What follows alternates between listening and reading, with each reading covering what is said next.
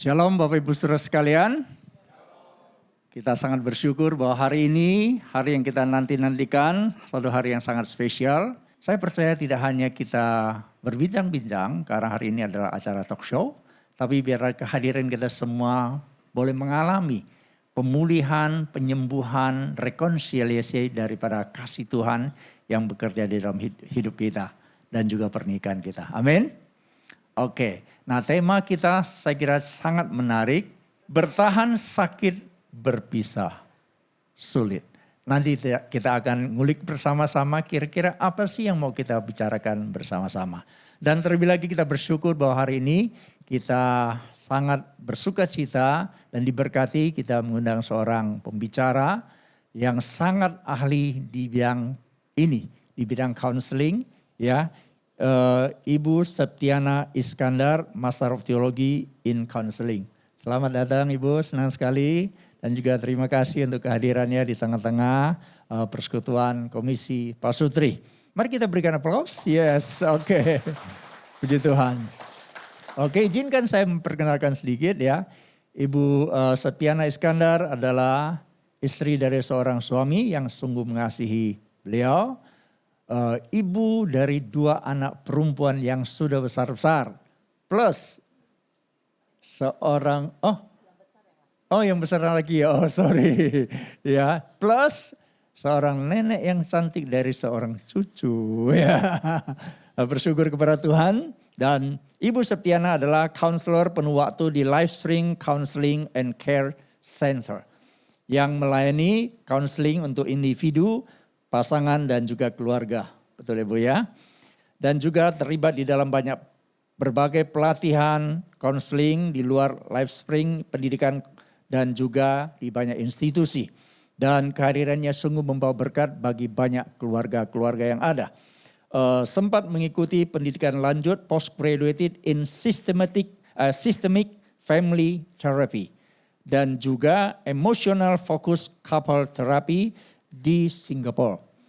Dan saat ini sedang menempuh pendidikan PhD di bidang Clinical Christian Counseling di Filipina. Wow, masih tetap belajar ya. Menjadi sebuah teladan buat kita semua ya.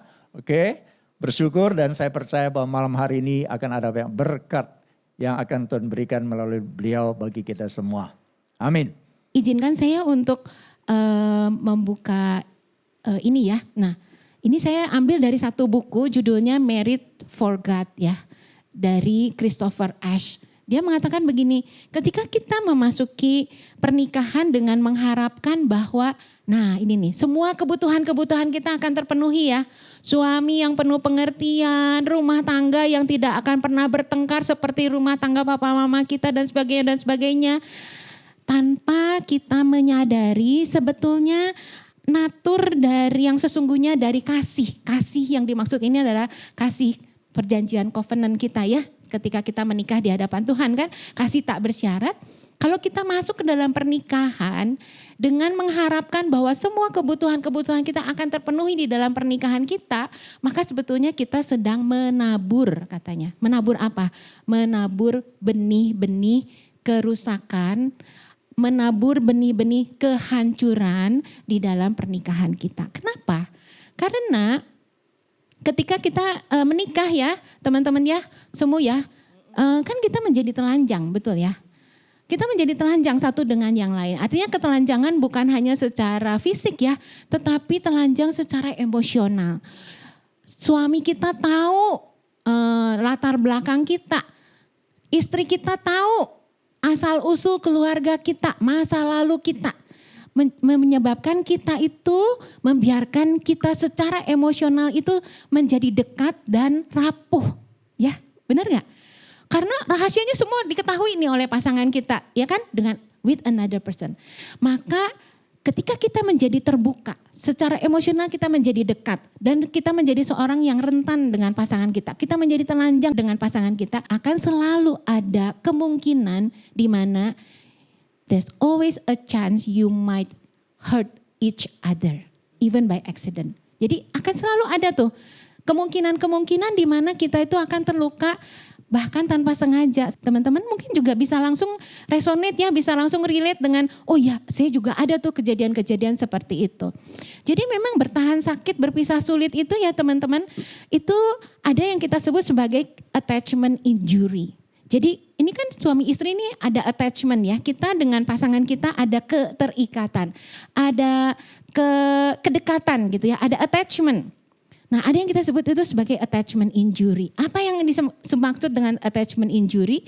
Attachment injury adalah penelantaran, ya pengabaian atau pengkhianatan ya di momen-momen krusial di saat pasangan sangat membutuhkan.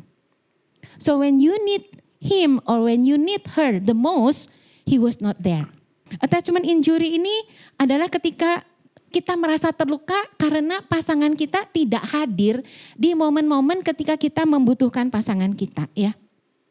Merasa tidak dibela misalnya begitu ya, ada klien saya begitu ya, semuanya bilang katanya dia merasa selalu tidak pernah dibela oleh suaminya. Kenapa? Karena suaminya itu selalu mementingkan mamahnya. Jadi setiap kali ada telepon dari mamahnya atau dari papahnya, wah langsung ngibrit tuh. Jadi gak peduli tuh istrinya di rumah lagi kalang kabut kek, anaknya lagi demam kek, atau lagi butuh ke pasar kek, atau lagi butuh apa. Wah pokoknya langsung pergi.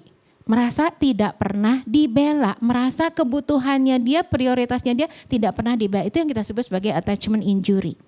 Ada lagi apa? Merasa tidak pernah diprioritaskan begitu ya. Atau merasa misalnya pada saat keguguran. Keguguran itu kan sebuah pengalaman kehilangan yang sangat berat ya untuk seorang wanita biasanya begitu ya. Dan membutuhkan sekali kehadiran suaminya. Nah ada tuh klien saya juga begitu, keguguran suaminya juga kayak oh ya udah kan kamu udah ditangani oleh dokter ya udah that's it gitu. Even by accident. Tidak sengaja, bukannya sengaja pengen menelantarkan, tetapi si istri merasa aku ditinggalkan. Pada saat aku membutuhkanmu, pada saat aku butuh ditemani, pada saat aku butuh, aku sedih banget gitu ya, kamu tidak ada gitu. Pada saat yang sama laki-laki juga bisa merasa seperti itu. Ada klien saya juga merasa ketika dia sedang down banget lagi sampai hit the bottom. Artinya sampai benar-benar kehilangan segala sesuatu. Pekerjaannya hilang, dia juga stres, gak punya apa-apa. Istrinya pergi meninggalkan dia. So that is attachment injury. Dan apa yang akan terjadi nih? Dampaknya akan menimbulkan rasa tidak aman buat si pasangan yang terluka ya. Dan rasa tidak aman ini akan mengubah cara kita memandang pasangan kita. Oh berarti saya atau pasangan saya tidak bisa diandalkan. Oh berarti saya harus bisa sendiri. Oh berarti saya nggak boleh menggantungkan apa-apa kebutuhan saya pada dia gitu ya. Gitu ya, mengubah cara kita memandang pasangan kita. Dan ketika injury tersebut, luka tersebut kecoel nih ya. Misalnya nitip beli makanan, pulang kantor tolong ya kamu mampir dulu ke mana katakanlah gitu beli makanan. Kemudian lupa ya sampai rumah ya karena mungkin sambil di jalan sambil teleponan urusan kantor. Sampai rumah ditanya, mana titipan saya? Lupa, wah attachment injury-nya yang kecoel, lukanya kecoel tuh kan. Saya tuh gak pernah jadi prioritas kamu. Coba bos kamu yang ngomong, langsung tuh kan kamu langsung angkat telepon. Coba mamah kamu yang telepon, pastikan kamu prioritasin. Tapi kalau saya, wah gitu tuh ya. Mengungkit pengalaman yang menyakitkan. Kenapa? Karena masih terluka. Masih ada rasa sakit begitu ya. Dan juga akan menyebabkan apa lagi nih? Akan dianggap sebagai sebuah pengalaman yang traumatis karena pasangan yang terluka itu mudah sekali terpicu dan menjadi sangat waspada terhadap kemungkinan terulangnya kejadian begitu ya. Dan akhirnya kalau dilanjutkan terus menerus gitu ya daripada kecewa, udahlah mendingan gak usah punya perasaan gitu ya. Udah matiin aja perasaannya. Kenapa dimatiin perasaannya? Karena kalau saya berharap nanti kecewa, nanti saya terluka lagi gitu. Jadi apa yang awalnya mematikan perasaan itu supaya enggak kecewa sebagai bentuk perlindungan diri kan dia sebetulnya ya. Untuk melindungi dirinya supaya tidak terluka lagi, tidak sakit lagi. Akhirnya itu bisa menjadi sebuah jarak antara dia dengan suaminya, begitu ya. Dan bentuk perlindungan yang tadinya supaya tidak terluka lagi, akhirnya menjadi sebuah penjara. Akhirnya membuat tidak percaya kepada suaminya, tidak mau lagi minta tolong suaminya. Demikian juga suaminya sebaliknya, begitu ya teman-teman. Nah, selain itu kita melihat bahwa di dalam pernikahan ya, kenapa bertahan sakit? Bukan cuma karena luka saja, tetapi seringkali ada masalah di dalam komunikasi yang menyebabkan setiap kali kita ngomong sama pasangan kita, yang ini misalnya gitu ya, komunikasinya ngomongnya apa, ditangkapnya apa, berbeda begitu ya. Nah, kenapa? Karena ada akibat dosa ya teman-teman. Sebelum kejatuhan manusia ke dalam dosa, komunikasi itu kan semuanya bentuknya ideal ya. Ada di dalam ketelanjangan, sesuatu yang terbuka, yang jujur, ada sebuah keutuhan, ada sebuah kecocokan. Teman-teman nanti bisa buka ya di dalam Kejadian 2 ayat 25. Tetapi begitu sesudah kejatuhan ya, komunikasi di antara Adam dan Hawa. Begitu juga kita dengan pasangan kita ya, penuh dengan apa? Ketakutan. Takut apa? Takut kalau suaminya marah. Takut kalau apa? Takut kalau istrinya bete gitu ya. Jadi penuh dengan ketakutan, penuh dengan perasaan tidak aman. Takut apa? Takut didiemin sama istri gitu ya. Takut nanti pulang nggak dimasakin gitu ya. Takut, merasa tidak aman, pakai topeng gitu ya. Manipulatif, ada kebohongan, menipu, menutup-nutupi, mengakali, half truth, distorsi dan sebagainya yang disebabkan oleh karena apa? Karena kejatuhan kita di dalam dosa. Itu sebabnya sesudah kejatuhan, pola yang seringkali dipakai nih di antara kita nih, di antara pasangan kita dengan pasangan kita ya, termasuk saya ya. Saya dengan suami saya seringkali begini juga sama nih. Saya mengambil teori dari Gottman ya. Gottman mengatakan ini ada yang dia sebut sebagai 4 horsemen of the apocalypse atau 4 pola komunikasi negatif yang bersifat destruktif. Nah, ini kalau horseman apocalypse itu kan seperti kitab Wahyu ya, semua ya, yang ada 4 penunggang kuda di kitab Wahyu yang menjelang hari penghakiman terakhir itu kan membawa sebuah kehancuran ya. Nah, Gottman itu mengadopsi 4 horsemen ini. Ada 4 pola katanya yang seringkali kita pakai yang menyebabkan itu tuh menyakiti pasangan kita. Jadi bukan hanya karena tidak hadir, tadi ya pertama ya, attachment injury tidak hadir, tapi juga karena pola komunikasi yang menyakiti. Apa menyakiti? Contohnya mengkritik. Mengkritik ini bukan cuma sekedar memberikan masukan ya teman-teman, tetapi mengkritik dalam bentuk menyerang atau merendahkan pasangan kita.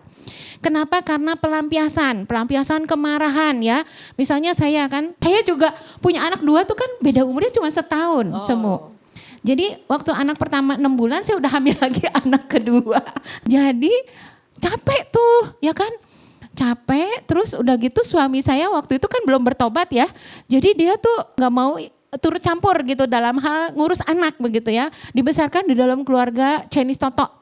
Orang kek gitu ya. Ini saya tidak mengeneralisir ya, tetapi kebetulan nih suami saya dari latar belakangnya keluarga kek yang totok banget gitu. Kami orang kek loh. Oh maaf, sorry tapi dia sudah bertobat juga. Karena dibesarkan, nah ini ya ada faktor keluarga ya. Dibesarkan di dalam keluarga di mana anak laki gak boleh turun ke dapur.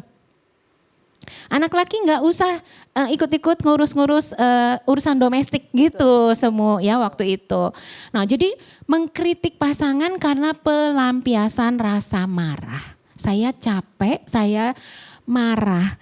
Saya tuh pengennya, cita-cita saya waktu dulu ya, gak mau jadi ibu rumah tangga, saya maunya jadi wanita karir gitu. Terus terjebak dengan 2 anak yang gak bisa ditinggalin gitu ya. Jadi akhirnya saya harus jadi ibu rumah tangga, kan ada kekecewaan. Jadi ada kekecewaan yang sangat mendalam terhadap diri sendiri sebetulnya ya. Tapi saya lampiaskan kepada suami saya. Ada kemarahan kepada suami saya karena dia tidak mau membantu saya begitu ya. Jadi kesalahan kecil, kesalahan remeh-temeh, kesalahan random itu bisa diulang dalam bentuk kritikan yang menyerang. Nah, mengkritik ini biasanya ya teman-teman, bentuknya apa? Bentuknya kamu tuh selalu itu. Kamu tuh enggak pernah. Nah, itu tuh, cirinya itu. Penggunaan kata tidak pernah atau kata selalu ya. Dan itu akan membuat pasangan kita merasa diri tidak berharga, merasa diri tidak berguna begitu ya. Dan akhirnya takut untuk berinisiatif. Itu yang pertama ya. Kemudian yang kedua adalah pola menghina. Yaitu kata-kata yang merendahkan ya, dengan menghina, menyindir misalnya gitu ya. Atau dengan kata-kata yang kasar begitu, atau dengan mengejek ya. Baru-baru ini ada klien saya begitu tuh. Berantem di ruang konseling, kenapa? Karena dia bilang, suami saya nih, oh Bu Septi katanya, kalau suka ngejek saya pakai nama yang saya tuh gak suka katanya gitu. Itu tuh menyakitkan tahu nggak katanya gitu. Tapi kan berani ngomongnya di ruang konseling begitu ya, baru muncul. Rupanya ada ejekan-ejekan atau nama panggilan yang merendahkan sifatnya. Jadi menghina. Misalnya kayak, iya kamu kan kalau nggak sama saya, siapa yang mau sama kamu? Kamu juga nggak laku. Wah itu menyakitkan ya, itu menghina ya. Atau misalnya, wah iya kamu kan pendidikan kamu nggak level lah, kamu nggak ngerti lah. Itu juga menghina ya, menghina. Atau bukan bentuknya verbal, tapi bisa juga bentuknya non verbal. Ya, beberapa klien saya tuh begitu, misalnya di ruang konseling lagi marah gitu ya, terutama lagi marah ya, bisa kayak, itu juga udah kayak merendahkan ya. Seperti apapun yang dibicarakan atau dikatakan oleh pasangan itu direndahkan. Apaan sih gitu ya. Bahasa nonverbal atau dengan kayak gitu ya. Matanya udah atau sinis gitu ya. Nah, itu adalah komunikasi yang bentuknya menghina, yang membuat pasangan akhirnya merasa sakit. Yang ketiga adalah membela diri. Apa itu membela diri? Membela diri kan sebetulnya sebuah hal yang wajar dan normal ya ketika kita disenang, bukan? Nah, tetapi membela diri di sini adalah membela diri yang berlebihan. Artinya menolak tanggung jawab begitu ya teman-teman ya. Menolak tanggung jawab dengan berbagai alasan gitu. Ada aja alasannya apa gitu ya. Pokoknya kalau diminta, ayo dong sayang kita ikut Pak Sutri. Gak usah lah, kamu aja, kan kamu yang lebih pintar misalnya gitu ya. Defensif, menolak tanggung jawab dengan berbagai macam alasan. Gak usah lah, percuma kayaknya udah tahu lah tentang apa ya, oh bertahan sakit, tahu lah teorinya gitu. Mencari-cari alasan karena menolak tanggung jawab ya. Membela diri dengan apa? Menyalahkan orang lain begitu ya. Karena dikritik loh, yang pertama kan dikritik nih, kamu nih selalu nih gitu ya kan. Lalu membela dirinya dengan apa? Menyalahkan, lah saya begini kan gara-gara kamu, serang balik gitu ya. Nah itu model-model yang defensif. Atau model defensif lainnya yang juga sering menyakitkan adalah pasif agresif. Yaitu ketika kita gak suka, kita gak setuju, tapi kita tidak mengungkapkannya secara langsung, tapi kita mulai melakukan mendiamkan ya. Atau perilaku yang menunjukkan gue gak suka tapi gue gak mau ngomong gitu. Itu pasif agresif teman-teman ya. Kenapa ini muncul nih pola membela diri ini? Karena pola yang pertama dan kedua, karena ada mengkritik, ada menghina, maka muncul pola membela diri. Dan ini akhirnya akan menimbulkan apa? Konflik ya kan? Yang satu mengkritik, menghina, yang satu membela diri, udah jadi deh gitu, dar der dor ya kan? Yang ini dor, yang ini der gitu, yang ini der, ini dor gitu, dar der dor terus ya. Dan akhirnya kalau udah konflik, akhirnya menciptakan jarak ya. Dan akhirnya menghambat pertumbuhan kita, bukan? Yang keempat adalah pola membisu, yaitu pergi gitu ya, menghindar. Pokoknya menutup diri, gak mau merespon, menghindari konfrontasi. Sebetulnya awalnya itu kenapa membisu adalah untuk melindungi diri. Melindungi diri dari apa? Dari stres begitu ya. Dan ini asalnya dari mana? Kadang-kadang asalnya dari keluarga asal, dari keluarga kita ya. Jadi kita mungkin meniru tanda kutip bagaimana pola papa mama kita sebagai suami istri ketika berantem. Jadi kalau kita lihat, oh ini kalau lagi berantem nih, mama nih seringkali mendiamkan si papa misalnya gitu ya. Walaupun kita gak suka tapi karena itu terus menerus terlihat. Atau misalnya kalau papa mama berantem, ini si papa nih kerjaannya pergi gitu, kabur-kaburan, terus di rumah ya udah tinggal tidur. Nah itu yang setiap hari kita lihat, setiap hari kita rekam, setiap hari yang kita rekam di dalam otak kita ketika kita masuk ke dalam pernikahan dan kita konflik dengan pasangan kita, pola itu yang muncul begitu ya teman-teman ya. Dan ini membuat juga akhirnya menyakiti pasangan kita. Bisa juga munculnya dari apa? Dari masa lalu ya, atau merasa tidak didengar, akhirnya memilih untuk ya udah nggak mau lagi terlibat di dalam percakapan atau ini dengan pasangan kita.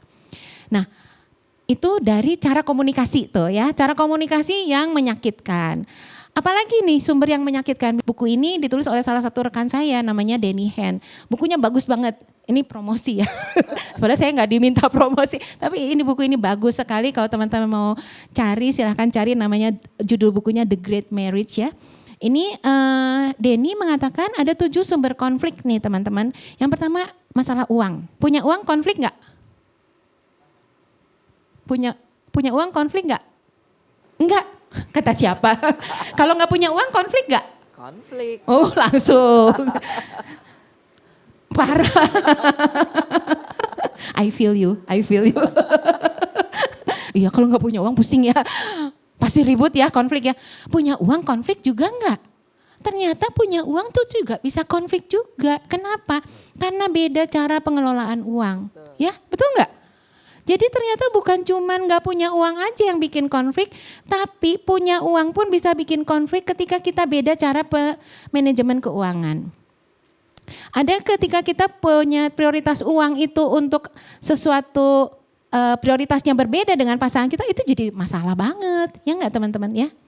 Kemudian yang kedua, miss kan, M-nya adalah money, I-nya adalah I. Apa yang dimaksud dengan I? Ada masalah dengan diri kita sendiri, ada masalah ego ya. Wah ini udah gak usah dijelasin, teman-teman udah langsung ngerti sendiri ya. Paling pinter. Saya pernah di satu, ini lagi zaman belum bertobat ya, sekarang juga kadang-kadang begitu juga sih. Jadi saya tuh kan orang Bandung ya, zaman dulu tuh gak ada Eaten di Bandung. Maaf ya ini boleh ya menyebut nama toko. Jadi nggak ada toko roti Eaten di Bandung. Pada saat dulu tuh ada, dia jualan bapau. Bapaunya tuh lucu-lucu dan waktu dulu tuh nggak ada di Bandung. Jadi saya tuh sengaja beli, saya mau bawa ke Bandung buat orang tua saya kan. Nah namanya juga kan punya 2 anak kecil yang wah dar gitu kan ya. Singkat cerita, udah di tol, udah setengah jalan, saya baru inget si bapau ketinggalan. Ketinggalannya di mana? Ketinggalannya di ruang belajar gitu. Jadi saya sengaja taruh di situ biar inget, ternyata malah ketinggalan dan gak mungkin pulang. Wah ini nih aku nih masalah dengan diri sendiri ya kan. Pokoknya ini paling pinter nih, yang salah tuh semua orang salah. Kamu sih, saya marahin suami saya, kamu sih tadi cepet-cepet, kenapa kamu gak bantuin aku, lalalala. Terus anak saya omelin juga, kamu juga, kenapa tadi mama udah bilang gini. Yang kecil juga, nih kamu juga ya, tadi kan mama gini. Wah semua dimarahin. Nah suami saya diem aja. Untung ya suami saya diem ya. Saya bersyukur banget tuh punya suami seperti dia ya. Suami saya diam. Udah saya selesai, pokoknya semua marah. Terus suami saya bilang begini, udah marahnya. Iya, memang semua orang di dunia ini salah, kecuali kamu. Itu saya seperti buah gitu ya, seperti ditampar ya. Ya masalah dengan ego. Masalah dengan diri kita sendiri. Karena kita selalu merasa diri kita benar. Ya itu yang seringkali jadi konflik ya. Kita gak bisa melihat, kalau firman Tuhan bilang gak bisa melihat selumbar di mata kita. Kita lihatnya unta yang jauh. Bukan unta, balok yang jauh ya. Tapi kita gak bisa lihat kesalahan diri kita sendiri. S-nya adalah masalah seks. Nah ini juga seks, ada hubungan seks atau gak ada hubungan seks, itu juga seringkali menjadi masalah. Ada suami-suami yang akhirnya mengeluh kenapa? Karena seks itu dijadikan senjata untuk apa? Menghukum. Ya, kalau lagi marahan nggak dikasih tuh berhubungan seks gitu ya. Tapi ada juga yang akhirnya menjadi konflik ketika perbedaan kebutuhan gitu ya. Ada pasangan-pasangan yang suaminya tuh maunya setiap hari begitu ya. Wah, sementara si istrinya merasa capek ya gitu ya. Wah itu akhirnya menjadi sumber konflik. Di awal-awal mungkin masih berusaha ya sebagai istri yang tunduk dan patuh kepada suaminya. Sebagai bentuk ketaatanku kepada Tuhan, aku akan melayani suami. Tapi lama-lama capek, akhirnya apa? Numpuk akhirnya jadi berantem. Ya, masalah apa lagi? Masalah stres, ini udah gak usah dijelasin ya. Stres di tempat pekerjaan ya, stres di masalah keluarga, masalah di keluarga asal kita dan sebagainya, masalah keuangan, stres segala macam tuh, stres masalah kesehatan, itu juga bisa menjadi sumber konflik kita dengan pasangan kita ya. Masalah kelahiran anak, nah ini juga bisa menjadi sumber konflik ya. Pada saat ketika kita melahirkan anak pertama, semua perhatian itu semuanya ke anak. Sehingga nah yang ditelantarkan siapa? Suami ya. Suaminya merasa when I need you the most, you are not there gitu. Ya kan? Terjadi tuh di situ ya. Karena kelahiran anak pertama harus nyusuin gitu ya. Wah, udah nempel. Tapi nempelnya bukan cuma 40 hari sama si anak. Nempelnya bisa bertahun-tahun. Wah, itu bisa menimbulkan konflik ya, teman-teman ya. Begitu juga dengan kelahiran-kelahiran anak yang berikutnya. Anak itu ternyata juga bisa menjadi pihak ketiga ya, menjadi orang ketiga. Jadi orang ketiga tuh bukan hanya bentuknya will atau pill, tapi orang ketiga bisa bentuknya juga anak gitu ya. Nah, kemudian yang E-nya adalah ekspektasi. Nah, tadi kan sudah dijelaskan tuh ya, ada harapan tentang pernikahan yang tidak terwujud ya. Berharap suami yang misalnya saya berharap suami saya tuh bisa mau turun tangan gitu ya. Ternyata dia dididik orang tuanya seperti itu, ternyata tidak terwujud. Ada ekspektasi bahwa kalau nanti menikah itu bisa ngobrol gitu ya. Ngobrolnya yang deep talk gitu ya. Setelah menikah gak terjadi tuh deep talknya ya. Karena rupanya suami udah pulang kerja capek, pengennya apa? Nonton bola gitu. Wah, kalau udah nonton bola rasanya fresh. Udah fresh udah lupa dia. Ada istri yang lagi nungguin, ini kapan mau deep talknya gitu ya teman-teman ya. Jadi itu bisa menimbulkan konflik. Dan O-nya adalah apa? Family of origin. Ada keluarga asal, ada nilai-nilai kepercayaan, ada belief system, ada kebiasaan-kebiasaan yang dibawa dari keluarga asal yang kita pikir normalnya kan begini ya gitu. Ternyata ketika digabungkan dengan pasangan kita, normalnya dia berbeda dengan normalnya kita, bukan? Ada satu klien saya tuh juga begini. Dia datang gitu kan dengan sebuah permasalahan karena buat si laki-laki bicara keras itu sesuatu yang normal, dia bilang. Karena dia bilang normalnya keluarga kami tuh Bu Septi adalah berantem. Jadi kalau nggak berantem itu aneh katanya gitu. Jadi saya bingung, ini kenapa istri saya kok mempermasalahkan kita ribut? Kan ribut kan normal katanya. Sementara istrinya datang dari keluarga yang modelnya lemah lembut gitu ya. Kayak orang Bandung kali ya, orang Bandung kan punya lemah lembut gitu. Lemah lembut, kayak orang Jawa kali ya, lemah lembut gitu. Nggak ada tuh suara nggak ada tuh, apalagi suara buat itu nggak ada gitu ya.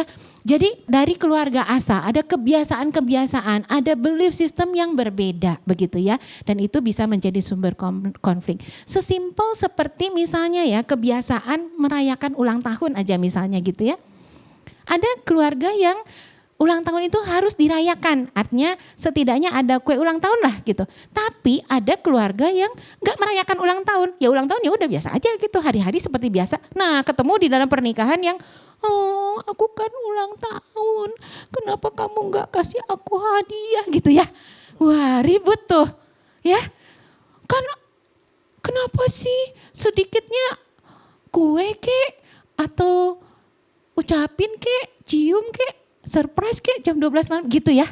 Padahal buat si suaminya misalnya ya, misalnya suaminya itu dalam keluarga dia nggak ada tuh ceritaan ulang tahun, apaan itu ya. Nah itu bisa jadi sumber konflik ya. Jadi hal-hal yang berasal dari keluarga asal kita sesimpel seperti itu pun bisa menimbulkan konflik dan akhirnya menyebabkan sakit. Bayangkan berapa kali ulang tahun tuh.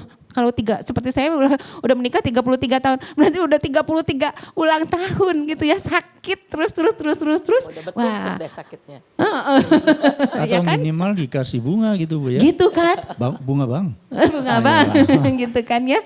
Iya. Saya jadi ingat itu ya masalah origin itu Iya, ya. iya. Akhirnya Yes. saya memang dari keluarga ya kalau papa dan mama itu beda banget begitu ya.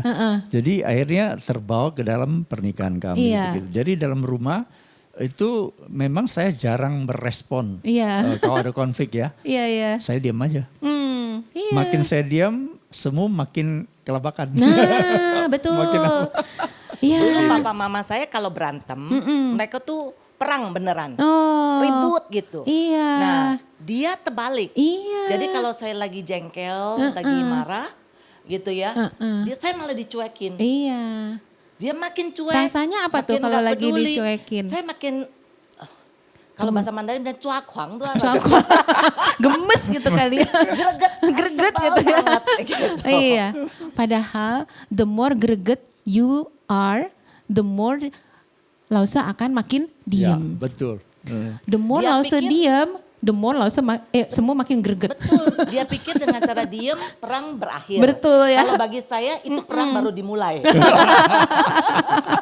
Nah, betul Karena banget. seperti ada rasa, gue diamin, rasain loh, gue nggak Manusiawi banget ya itu ya. ya dan akhirnya itu memang nggak Iya. menyelesaikan masalah ya, bisa Betul. jadi lebih repot. Gitu. Betul. Nah, itu memang nyambung banget sama yang berikutnya ini nih. Bagaimana konflik berkembang ya?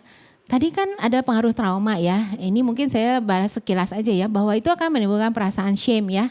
Trauma karena ada attachment injury tadi ya kan, menimbulkan perasaan shame gitu, kayak merasa aduh aku tuh berarti aku nggak penting ya. Oh, aku nggak berharga ya gitu ya. Merasa diri sebagai korban, kemudian kita sering meruminasi terus menerus tentang peristiwa yang sudah terjadi dan seterusnya begitu ya. Selain itu juga pengaruh trauma akan menyebabkan pihak yang terluka mudah tersinggung ya kan. Seperti tadi saya bilang, hal kecil remeh-temeh bisa men-trigger ya kan. Akhirnya menjadi agresif atau sebaliknya mati rasa dan sebagainya ya. Nanti akhirnya bicara dengan nada yang emosional, butuh penjelasan, nah gitu tuh makin dikejar. Kok kamu diam sih? Dikejar. Ngomong dong, ngomong. Makin dia ajakin ngomong makin malas sih, makin diam. Semakin diam berarti kan temboknya makin tinggi tuh. Makin tinggi temboknya, makin dipanjat tuh temboknya. Kamu ngapain di situ? Lama banget kamu di situ, nggak ngomong-ngomong. Ayo ngomong gitu. Makin diajakin ngomong, makin kabur, makin diam begitu ya. Nah, pihak yang melukai akan melakukan apa? Biasanya akan mengabaikan atau menyangkal. Ini yang menyebabkan terus-menerusnya konfliknya berkembang karena ada pihak yang melukainya itu bukannya sadar gitu ya, bukannya oh iya ya, istriku butuh untuk didengar. Oh, dia butuh waktuku ya. Oh, aku perlu keluar ya dari guaku. Bukan begitu, tapi malah mengabaikan atau malah menyangkal gitu ya, atau malah makin membela diri. Wah, ya udah jadi deh tuh konfliknya ya kan?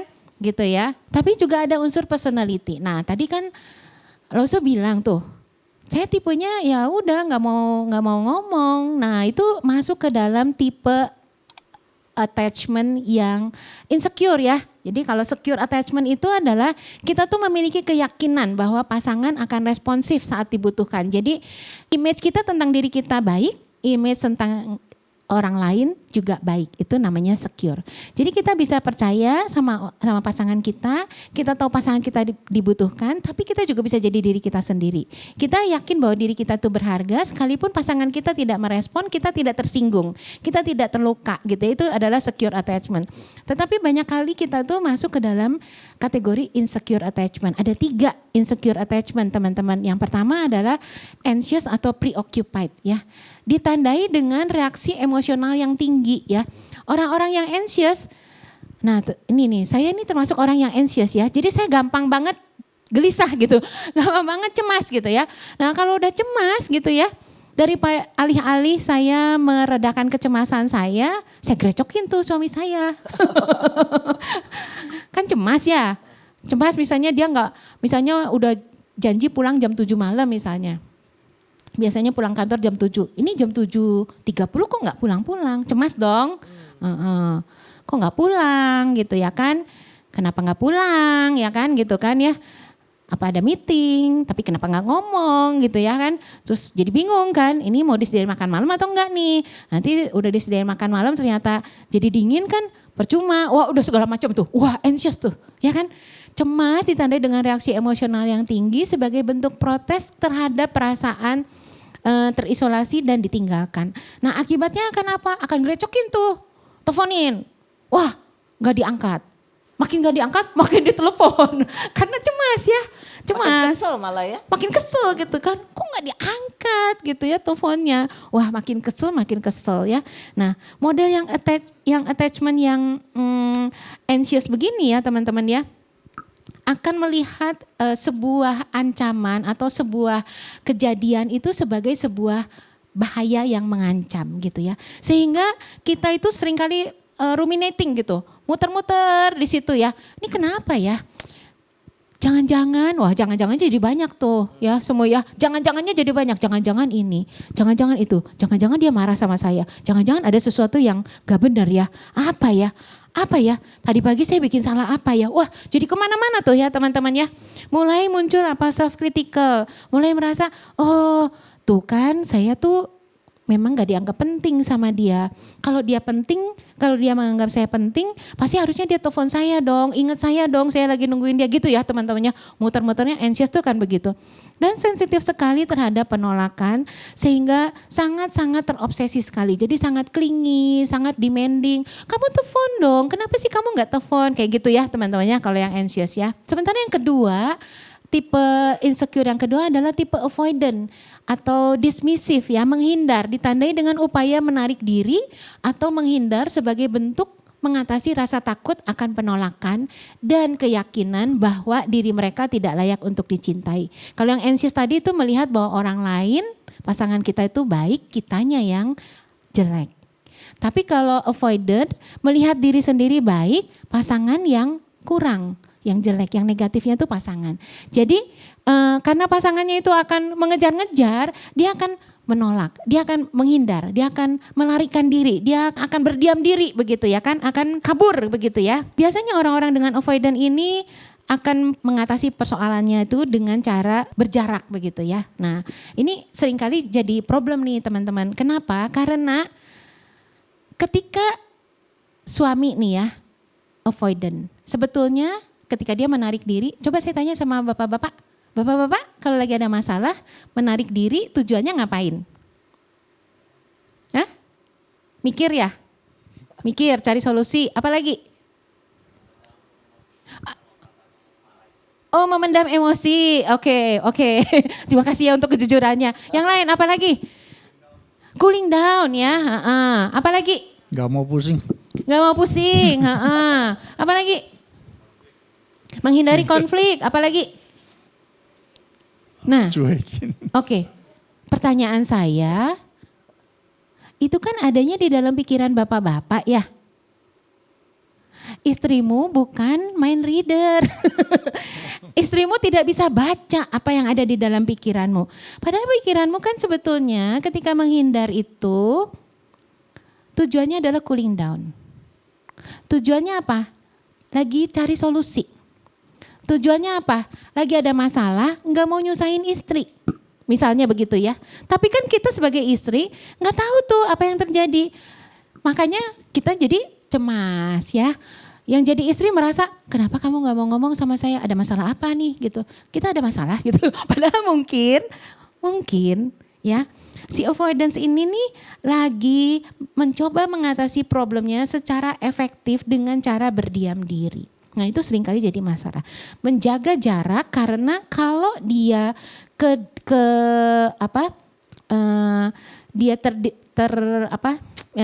terdistraksi misalnya gitu ya, dia akan bingung gitu, kehilangan fokus begitu ya. Jadi orang-orang dengan avoidant kalau ketemu dengan orang anxious, makin dikejar sama yang anxious semakin kabur si avoidantnya karena merasa aku butuh space, aku butuh waktu, aku butuh ruang, aku butuh tempat untuk bernafas. Nah seringkali saya akhirnya bilang sama klien-klien saya yang datang dengan model-model seperti ini, saya bilang, bapak-bapak, Pak, kalau Bapak lagi diem itu, Bapak tuh butuhnya berapa lama Pak untuk cooling down? Ya nggak lama sih Bu Septi, paling juga 1 jam. Oh 1 jam. Bapak pernah bilang nggak itu kepada istrimu? Ya nggak pernah, saya pikir kan harusnya dia lihat sendiri. Ya nggak bisa gitu ya. Jadi tolong lain kali kalau Bapak lagi masuk ke avoidant ini, boleh nggak Bapak sampaikan ke istrimu, kasih aku waktu ya 1/2 jam. Kasih waktu aku ya 1 jam, kasih aku waktu ya 20 menit misalnya ya. Aku lagi mau cooling down, ya cooling downnya terserah ya. Nge-gym ke atau baca firman Tuhan ke gitu ya. Atau berdoa ke atau apa gitu ya. Tapi tujuannya adalah untuk cooling down. Tapi kasih tahu sama istrimu berapa lama supaya, saya tanya nih sama ibu-ibu yang anxious. Ibu-ibu yang anxious kalau dikasih tahu waktunya berapa lama, apa yang akan ibu-ibu rasakan? Langsung tahu ya. Oh, we know what to expect, right? Kita tahu, oh ya udah 1 jam, ya udah oke, abis itu ya udah kita bisa ngapa-ngapain yang lain ya, bisa melakukan hal yang lain selain nungguin si suami kita untuk keluar dari guanya ya, begitu ya teman-teman ya. Jenis insecure yang ketiga adalah disorganized ya, jadi kacau tuh, kalau disorganized tuh kacau. Jadi disorganized ini bisa kadang-kadang anxious, kadang-kadang avoidant, pokoknya nggak jelas, nggak konsisten. Dan jenis disorganized attachment ini yang seringkali menimbulkan kebingungan dari pasangan kita, karena orang-orang dengan disorganized attachment seringkali karena ambivalen, nggak konsisten ya, berubah-ubah terus begitu ya, dan seringkali jadinya chaos begitu ya, seringkali jadinya bingung begitu ya, itu akhirnya menimbulkan konflik begitu ya dengan pasangan kita begitu. Dan biasanya orang-orang dengan disorganized attachment ini datang dari keluarga yang disfungsi, artinya datang dari keluarga yang betul-betul sangat problematik begitu ya, datang dari keluarga yang sangat-sangat sulit sekali gitu. Entah itu ayahnya tidak berfungsi sebagai kepala keluarga, atau ada kekerasan ya, ada abuse di dalam keluarga, ada trauma. Nah, biasanya menyebabkan disorganized attachment ini ya. Begitu. Dan juga ada pengaruh gangguan kepribadian yang tadi saya bilang ya, ada NPD, ada BPD dan sebagainya, tapi saya tidak mau masuk ke ranah ini karena ini pembahasan yang cukup besar juga begitu ya.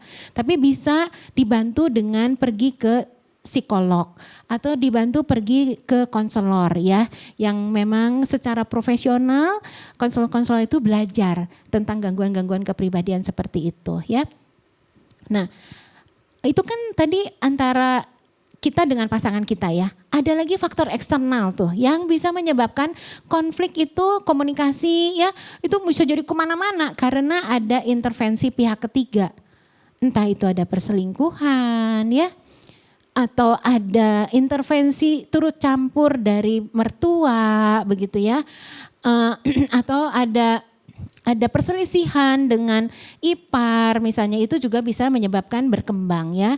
Atau ada terjadi peristiwa kehidupan, ada perpindahan tuh, pindah negara, ada adaptasi ya peristiwa dalam kehidupan itu.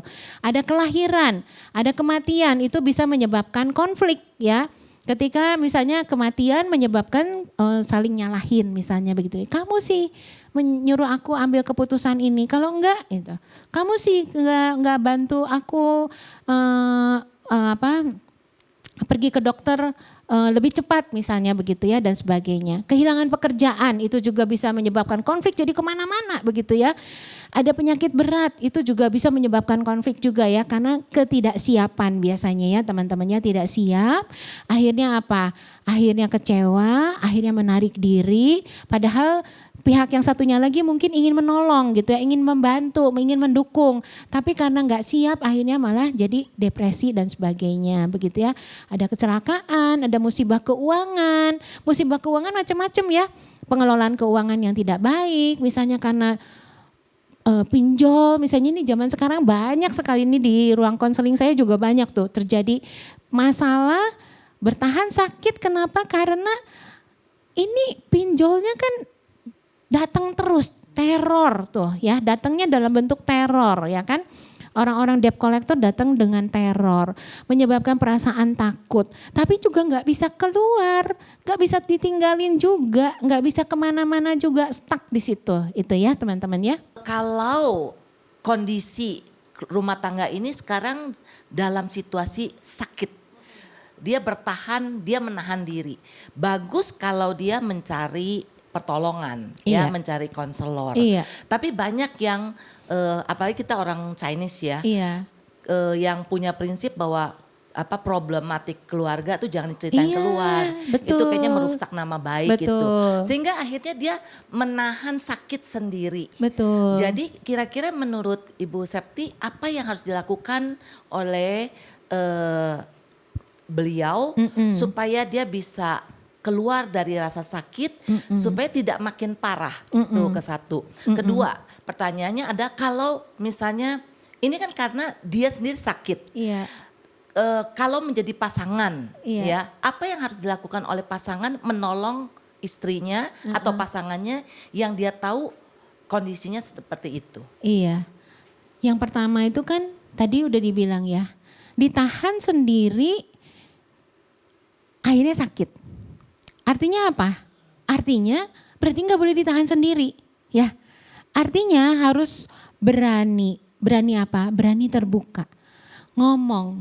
Tapi ngomongnya harus dengan orang yang kamu percaya bahwa orang tersebut bisa membantu kamu ya. Artinya pergilah kepada hamba-hamba Tuhan di sini ya kan. Ada Semu, ada Lose yang sudah Tuhan perlengkapi begitu ya untuk membantu teman-teman, mengkonseling dan sebagainya. Pergi ke Semu. Pergi ke Life Spring misalnya ya. Di Life Spring itu kami memang tidak di bawah gereja manapun ya, tetapi kami konselor-konselor dan psikolog-psikolognya adalah anak-anak Tuhan ya. Pengurus juga adalah anak-anak Tuhan. Jadi walaupun kami tidak mendeklar diri kami itu sebagai pusat konseling Kristen, tetapi kami selalu punya prinsip-prinsip yang didasari dengan kebenaran firman Tuhan begitu ya. Jadi kalau teman-teman merasa aduh ditahan sakit sendiri nggak bisa, jangan, nggak boleh sendiri. Kita diciptakan tidak untuk menanggung segala sesuatu sendiri. Itu sebabnya Tuhan aja mengirimkan Roh Kudus ya. Roh Kudus itu adalah konselor kita yang akan mendampingi kita, yang akan menolong kita, memberikan kita kekuatan. Jangan sendiri, jangan jalan sendiri, tapi cari pertolongan ya. Pergi ke hamba-hamba Tuhan, pergi ke konseling-konseling Kristen. Ada beberapa yang baik juga ya, ke Gading Konseling itu juga pusat konseling Kristen yang saya tahu cukup baik. Ke Hope ya itu juga sama. Silahkan cari gitu ya, cari pertolongan, jangan dibiarkan sendiri. Kemudian tadi yang kedua, bagaimana kalau pasangannya pengen menolong tapi yang ditolong gak mau ditolong gitu ya. Nah ini memang butuh tips and trick. Bukan menjebak ya, tetapi memang butuh kesabaran ya. Artinya kita mesti belajar untuk mendengar dulu, belajar dengar. Apa yang bikin dia tidak mau untuk ditolong. We listen to the pain ya, kita mendengarkan rasa sakitnya. Kenapa dia memilih untuk seperti itu? Pahami dulu gitu ya. Didengarin dulu, oh iya sih benar juga ya, aku juga kalau gitu gak kepengen juga cerita sama orang lain. Aku mungkin juga malu gitu ya. Jadi validasi dulu perasaannya, iya aku juga malu sih, gimana kalau aku temenin. Nah gitu ya, temenin. Jadi pahami dulu perasaannya, I feel you, aku ngerti perasaanmu. Aku juga bisa merasakan, kamu juga berat untuk ngomong. Kalau aku temenin gimana? Yuk pergi bareng-bareng gitu, ajakin bareng-bareng ya. Semoga dengan begitu dia lebih terbuka begitu. Gitu semua. Tapi kalau sebaliknya justru pasangannya ini adalah menjadi sumber yang menyakiti pasangannya, tapi dia sendiri nggak sadar. Jadi kalau dikasih tahu dia malah makin marah. Terus udah gitu kadang pasangan juga jengkel karena ada banyak pasangan merasa kenapa sih kalau sama saya tuh kasar banget, sama saya kok begini, tapi kok sama orang lain kamu bisa baik banget. Nah kadang-kadang orang ini tidak menyadari sumber masalah dari dia. Dikasih tahu dia marah. Nah bagaimana menolong orang ini supaya ngeh nih, lu yang jadi sumber masalah nih, masih nggak sadar gitu, masih nyalain orang lain gitu. Oke, saya jawabnya dengan pertanyaan juga ya. Saya tanya sama teman-teman, bisa nggak kita mengubah orang lain? Ya udah, itu ya. Bisa nggak kita maksa orang lain? Nggak bisa. Yang punya kesadaran siapa? Kita ya. Jadi mulainya dari kita dulu. Rasanya nggak adil ya. Iya benar rasanya nggak adil. Tapi yang punya kesadaran, nggak apa-apa kamu pergi dulu. Kamu dulu yang pergi tanya, berkonsultasi. Kalau punya pasangan seperti ini, what should I do? Apakah ada hal-hal di dalam diri saya? Karena jangan-jangan nih ya teman-teman, ada hal-hal di dalam diri kita yang menumbuh suburkan perilaku-perilaku itu. Dosen saya, dosen konseling saya tuh bahkan pernah mengatakan kalau kamu ketemu klien yang udah datang ke kamu tuh dengan wajah babak belur abis dipukulin dengan berdarah-darah, kamu jangan pikir dia hanya semata-mata korban. Karena bisa jadi ada hal-hal di dalam diri dia yang mungkin menumbuh suburkan, memancing begitu Ya, saya nggak bilang bahwa korban KDRT itu selalu pasti ada enggak ya, enggak begitu ya. Tetapi it takes two to tango. Dalam pernikahan itu it takes two to tango. Ketika Tuhan memberikan kesadaran terlebih dahulu kepada kamu, dia tuh kayaknya yang harus berubah. Jangan-jangan ketika Tuhan memberikan pemahaman itu, sebetulnya Tuhan mau bilang sama kamu, gimana kalau kamu dulu? Karena kamu yang lebih sadar. Karena kamu yang punya teachable heart. Karena kamu yang lebih punya kesiapan. Go. Karena bisa jadi Tuhan mungkin punya maksud dan rencana ya menghadirkan pasangan-pasangan yang seperti itu di dalam hidup kita. Karena mungkin ada PR di dalam hidup kita yang mesti kita kerjakan. Itu satu. Sambil ya ketika kita berubah, hopefully ketika kita berubah, pasangan yang keras kepala itu, hopefully dia juga bisa melihat perubahan di dalam diri kita sedikit melunak. Ketika dia sedikit melunak, kita bisa mengajak. Baru bisa kita ajak. Mau nggak? Yuk, aku juga belajar gitu ya. Karena dia udah lihat kan kitanya belajar, kitanya berubah. Mau nggak? Yuk belajar. Aku juga lagi belajar gitu ya teman-teman. Maka mungkin dengan begitu, dengan kelembutan, dengan contoh ya, orang tersebut mungkin lebih mudah, tanda kutip lebih mudah untuk diajak. Karena kita nggak mungkin mengubah orang lain kan, nggak bisa memaksa juga gitu. Makasih Bu Septi. Mungkin sekarang bisa bantu kasih tips. Tips ya. Solusi Bertengkar. bagaimana keluar gitu ya dari kondisi yang sakit. Iya. Keluar dari kondisi yang sakit kan nggak bisa keluar ya. Tapi setidaknya kita tahu cara bertengkar yang sehat lah gitu ya. Tujuannya bukan nggak boleh bertengkar, nggak bisa. Kalau kalian nggak pernah bertengkar, tanda tanya buat saya. Kenapa? Nih berdua ngobrol gak sih di rumah? Kalau gak pernah bertengkar nih berdua ngobrol gak? Jangan-jangan gak ngobrol ya. Tapi kalau ngobrol pasti akan tanda kutip bertengkar. Pasti tanda kutip akan berkonflik. Nah sekarang gimana caranya berkonflik tapi berkonfliknya dengan sehat? Satu, pilih pertengkaran dengan bijak. Ada hal-hal yang penting, ada hal-hal yang gak penting untuk dijadikan pertengkaran ya. Seperti tadi ya, kue ulang tahun ya. Kamu gak akan jatuh miskin. You won't die. Ada hal-hal yang you won't die. Kamu gak akan mati loh hanya gara-gara urusan sepele ini. Jadi udah gak usah. Pilih pertengkaran dengan bijak. Ada hal yang gak perlu dipertengkarkan. Ada hal-hal yang perlu di let go. Let go tuh bener-bener let go. Masukin kayak bayangin kamu tuh kayak aduh perlu gak ya ini berantem ya urusan dapur misalnya ya. Dapur gak bersih. Ya let go. Tapi Bu Septi saya gemes liatnya. Ya udah kalau kamu gemes kamu aja yang nyikat. Gak usah. Atau kamu yang bersihin dapurmu gak usah ini gitu ya. Pilih pertengkaran dengan bijak ya. Tahu kapan harus berhenti teman-teman. Tahu kapan harus berhenti. Seringkali ya yang jadi menyakitkan adalah karena terus dipaksa. Sebelum matahari terbenam pokoknya harus selesai. Wah diterusin tuh gak tahu kapan berhenti sampai jam 3 pagi, sampai jam 4 pagi, sampai jam 5 pagi. Padahal jam 9 udah harus masuk kantor. Capek gak? Capek. Dan ketika kita capek, kita bisa berpikir dengan jernih gak? Gak bisa. Udah gak bisa. Pertengkarannya akhirnya jadi kemana-mana. Jadi kita harus tahu kapan harus berhenti. Nah gimana caranya tahu kapan harus berhenti? Jangan pakai kata stop. Karena kalau kita bilang sama pasangan kita, anggap kita lagi berantem. Ayo semua lagi berantem. Yuk berantem. Terus ini misalnya nih, saya sama semua pasangan gitu lagi berantem nih. Semua terus semua lagi papa gitu kan. Terus saya bilang stop. Semua akan apa? Kesel. Tambah kesel ya.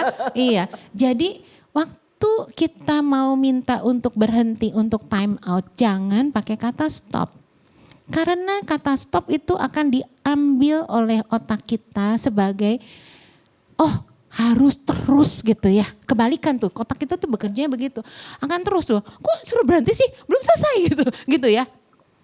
Pilih kata yang netral sebagai tanda untuk minta berhenti, stop. Stop ya, udah jangan dilanjutin. Gak usah dibahas, kita parkir aja.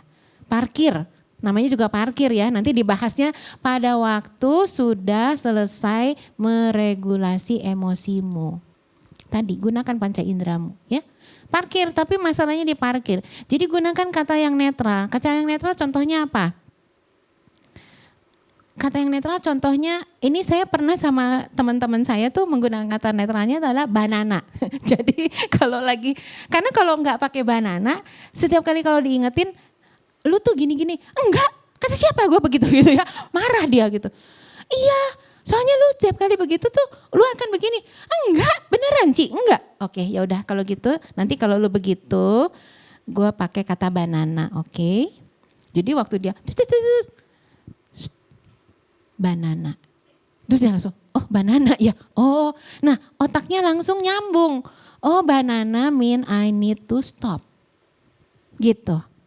Jadi nanti pulang dari sini teman-teman gunakan, coba cari ya sekreatif mungkin kata apa yang kalian akan gunakan kayak kartu gitu ya. Keluarin kartu untuk stop. Ya. Ada satu klien saya tuh pakai nama satu kafe di Kemang ya, nggak tahu nama kafenya apa, sebutlah Cafe Maria lah, katakanlah misalnya gitu ya. Dia akan sebut tuh Cafe Maria. Jadi begitu kesebut nama Cafe Maria artinya stop. Kenapa pakai itu? Saya tanya, kenapa kamu pilih kata itu? Karena itu adalah tempat kami dulu sering pacaran katanya gitu. Jadi kalau sudah muncul tuh kata itu, pilih kata yang netral sebagai tanda untuk berhenti. Artinya untuk stop, ya udah ya, stop ya, kita mau tidur. Oke, yuk minum air hangat, atau cuci muka lagi, atau bikin suasananya lebih tenang, masuk ke kamar, udah tidur. Karena masalahnya lagi di parkir gitu ya teman-teman ya. Kemudian yang ketiga, belajar untuk mengampuni dan melupakan. Mengampuni dulu ya teman-teman ya.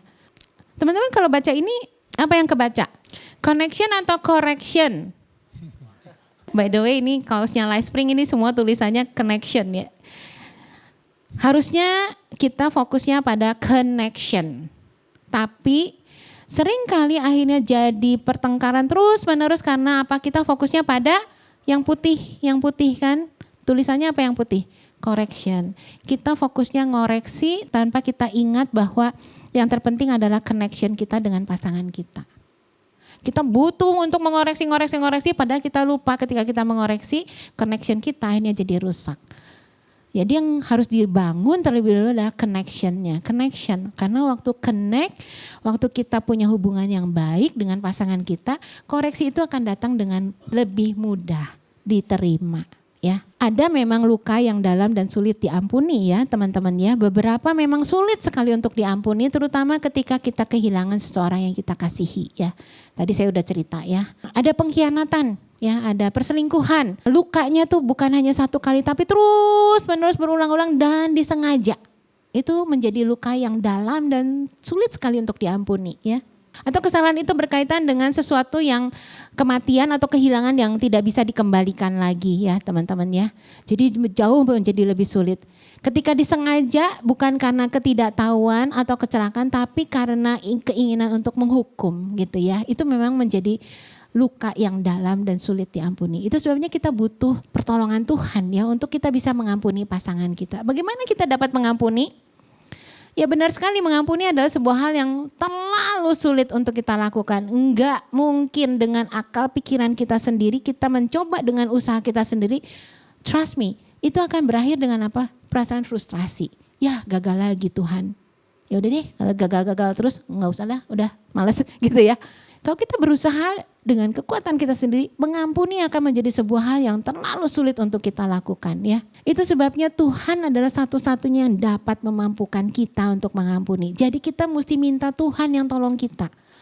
Tuhan yang bekerja supaya ketika kita mengampuni itu bukan kita yang ngampuni tapi karena ada Tuhan yang memampukan kita. Ada kuasa dari Tuhan yang mengisi hidup kita, yang mengisi pikiran kita, yang mengisi emosi kita, yang memampukan kita untuk mengampuni sekalipun orangnya masih orang yang sama. Sekalipun mukanya masih nyebelin, sekalipun orangnya masih menyakiti kita. Ya teman-teman ya. Karena 1 Petrus 2 ayat 24 mengatakan ia sendiri telah memikul dosa kita di dalam tubuhnya di kayu salib supaya kita yang telah mati terhadap dosa hidup untuk kebenaran. oleh bilur-bilurnya. Jadi Tuhan sudah terlebih dahulu mengampuni kita.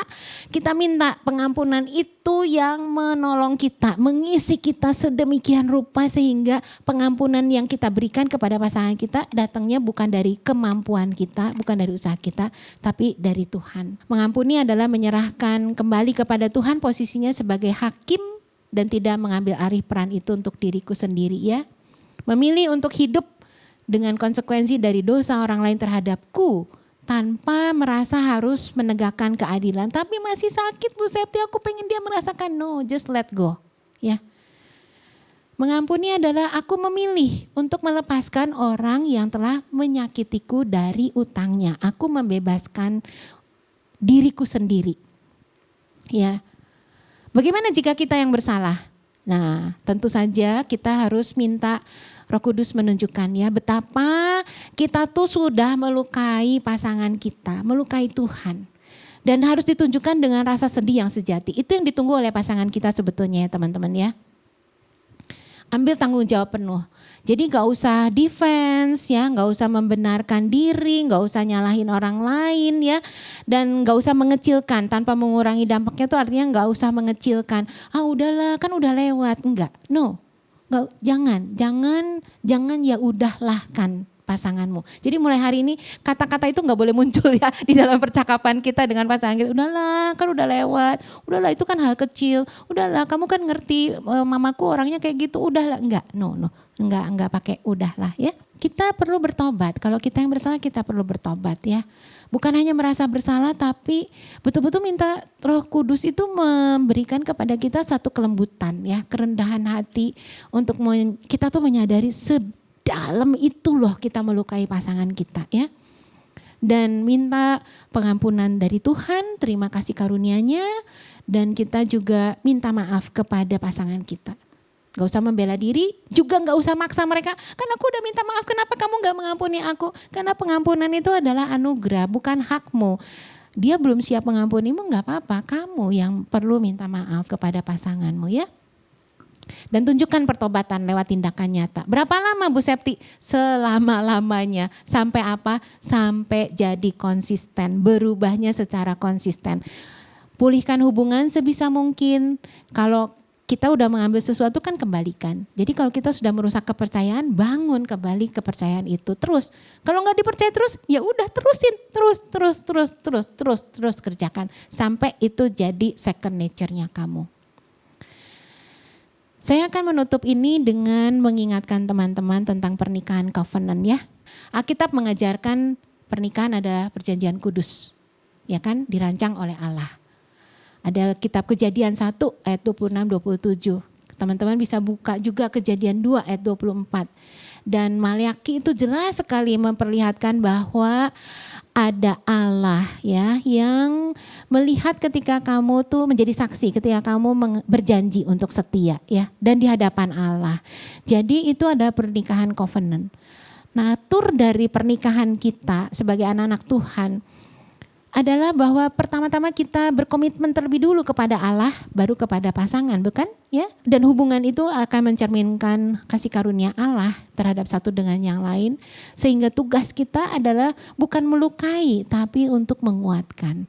Tugas kita bukan minta salah satu untuk tunduk, tapi untuk saling tunduk, saling mengasihi ya. Tugas kita adalah untuk membangun keintiman dan membahas perbedaan pendapat dengan penuh kasih ya teman-teman. Tentu saja ada kesetiaan. Jadi berapa kali pun dia menyakiti kita, kita harus setia. Gak boleh kabur, gak boleh pergi, gak boleh meninggalkan, gak bisa ya. Karena Allah adalah Allah yang setia, maka kita juga dipanggil untuk menjadi setia di dalam pernikahan kita. Untuk mengasihi tanpa syarat, sekalipun kebiasaan-kebiasaannya kita gak suka ya. Sekalipun cara makannya, ya harus dikasihi tanpa syarat. Sekalipun tidurnya gitu ya. Aduh, saya belum tidur, kenapa dia udah nyanyi gitu ya.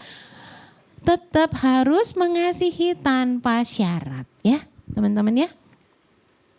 Dan bedanya kontrak sama covenant adalah kontrak itu bisa dibatalkan, tapi covenant itu tidak bisa dibatalkan. Bersifat kekal, bersifat kudus, seumur hidup tidak tergantung pada kondisi atau kebaikan pasangan ya. Jadi kesimpulannya adalah tujuan pernikahan itu bukan happily ever after ya semua ya. Tapi tujuannya adalah secara aktif melibatkan Tuhan ya. Terlibat, kita juga terlibat di dalam rancangan. Jadi ketika Tuhan menghadirkan orang-orang seperti ini, orang-orang menyakiti kita terus-menerus atau kita menyakiti, Tuhan mau apa? Tuhan merancangkan apa di dalam pernikahan saya? Dan pasangan Kristen dipanggil bukan hanya bertumbuh secara pribadi, tetapi juga untuk menangani attachment injury itu ya. Menciptakan tempat yang aman dan dasar yang kokoh satu sama lain. Terakhir banget. Ingat ya teman-teman, ingat ini gampang banget mengingatnya. 3, 2, 1 ya. 3, 2, 1. Ada 3 kata yang penting untuk kita ucapkan kepada pasangan kita, yaitu aku sayang kamu. Ya. Ayo. Lakukan. 3. Aku sayang kamu. Ada 2 kata yang penting yang harus terus-menerus juga diucapkan kepada pasanganmu. Terima kasih. Terima kasih. 1 kata yang penting yang harus kamu ucapkan senantiasa kepada pasanganmu, maaf. Sorry. Ya. Ingat ya, 3, 2, 1. Itu lakukan itu terus-menerus ya teman-teman ya. Sehingga perasaan sakit itu hopefully makin lama makin berkurang sakitnya.